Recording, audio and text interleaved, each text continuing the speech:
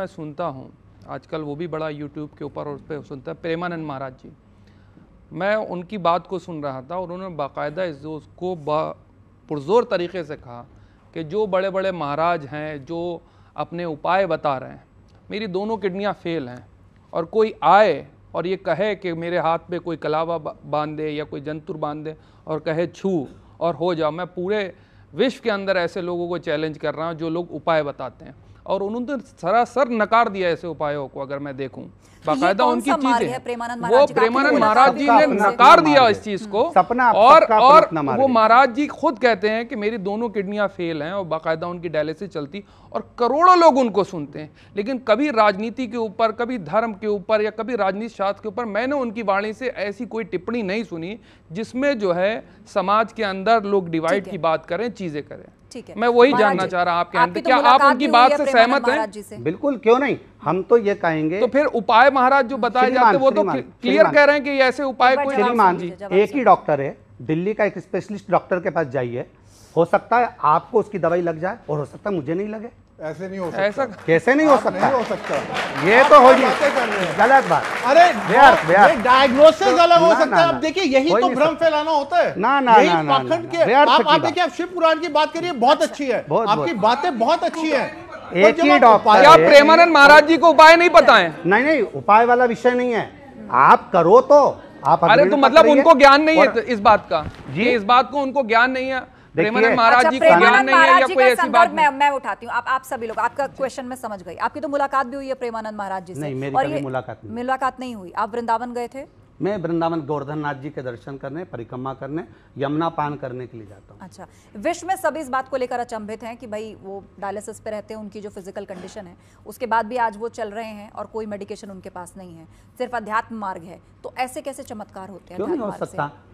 इसमें दिक्कत क्या है? आपकी भक्ति का बल जब जब बढ़ता है तो परमात्मा आपको संभालता है। कहते हैं कि वो विश्वास वाला एक क्रम हम लोग कथाओं में वर्णन करते हैं कि एक संत ने कहा कि जब कोई गिरता है तो उसको शिव संभालता है, भगवान संभालते हैं। एक व्यक्ति ने विचार करा कि जब इतनी बड़ी बात करे तो मैं गिर के ही देख लूं, तो वो कुएं के अंदर गिरने चले गया। फिर उसके मन में आया मैं गिर तो जाऊंगा, और अब भगवान संभालने नहीं आया, तो उसने पाँव में रस्सी बांध ली, रस्सी बांधकर घाट पे बांध लिया और कुएं में लटक गया।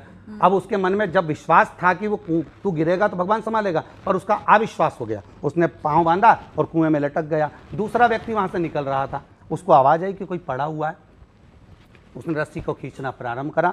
जैसी रस्सी खींची उसने कहा मुझे उठाना नहीं, मेरे संत के मुंह से सुना है कि जब कोई गिरता है तो भगवान उठाता है, तो क्या तेरे संत ने ऐसे ही बोला है? तो कहाँ ऐसे ही बोला है। उसने सोचा मैं भी गिर के देख लेता हूँ। उसके पास रस्सी नहीं थी, उसने बड़ के पेड़ की डालियां अपने पाँव में बांधी और लटक गया।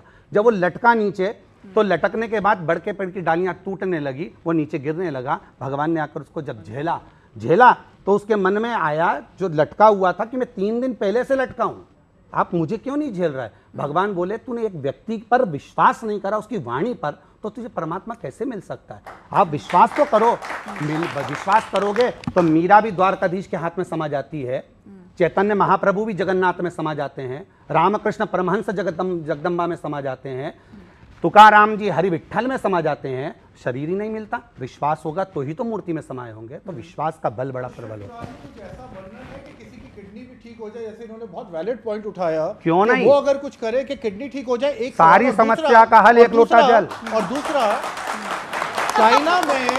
चाइना में 80% लोग रिलीजन को बिलीव नहीं करते। चाइना का एक ही है, वहां पे 80% लोग रिलीजन में विश्वास नहीं करते, भगवान में, वो सिर्फ कर्मों में विश्वास करते हैं। हम भी करते हैं। अमेरिका में 65% लोग हैं जो भगवान पे विश्वास नहीं करते।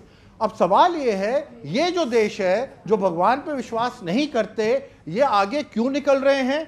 और मैं आपको एक और चीज बता दूं, फिर आप प्लीज बताइएगा। यूरोप में जो कंट्रीज हैं जो भगवान पे विश्वास करती हैं वो सबसे पीछे हैं, और जो विश्वास नहीं करती वो आगे हैं। ये इसके पीछे आपके हिसाब से क्या कारण क्या इसको अध्यात्म से जोड़ना सही होगा कि वो विकसित क्यों है और हम विकासशील क्यों हैं? ये आपकी सोच हो सकती है कि जो कंट्री भगवान को मान रही है वो पीछे जा रही है।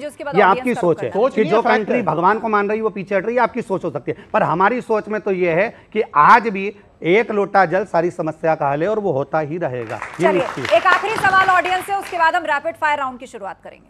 बोलिए। गुरुदेव, आपके चरणों में कोटि कोटि नमन।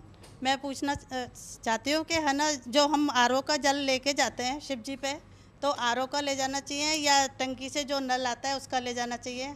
कैसा भी जल हो, बस भाव से लेकर जाइए उसको।